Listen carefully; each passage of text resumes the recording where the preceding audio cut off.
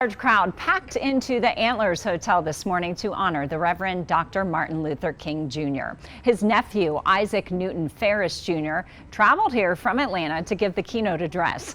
News 5's Bill Folsom spoke with him about continuing his uncle's legacy.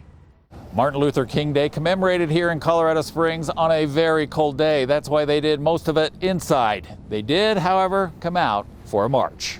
A march on a very cold morning in Colorado Springs in tribute and recognition of the change influenced by the marches organized by the Reverend Dr. Martin Luther King Jr. My uncle ML, which is how I referred to him as a child. Dr. King's nephew, Isaac Newton Farris Jr., getting shouts of agreement and applause as the featured speaker at Martin Luther King Day events in Colorado Springs.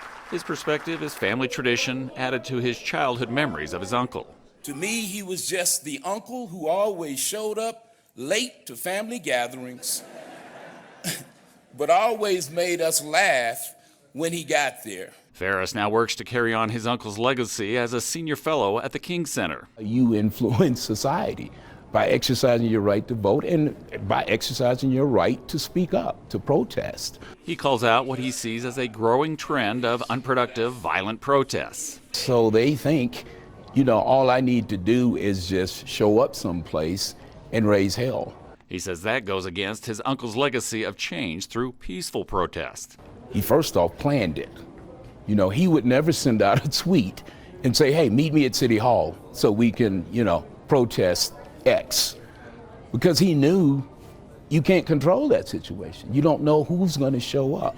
Farris says violence brings little influence, while peaceful protests can spark transformative conversations and actions. They're fully informed.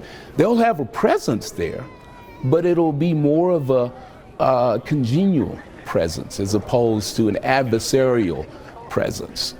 Words of wisdom are often quoted from Martin Luther King. In the spirit of wisdom, that march, it was abbreviated from a couple blocks down to about a half a block.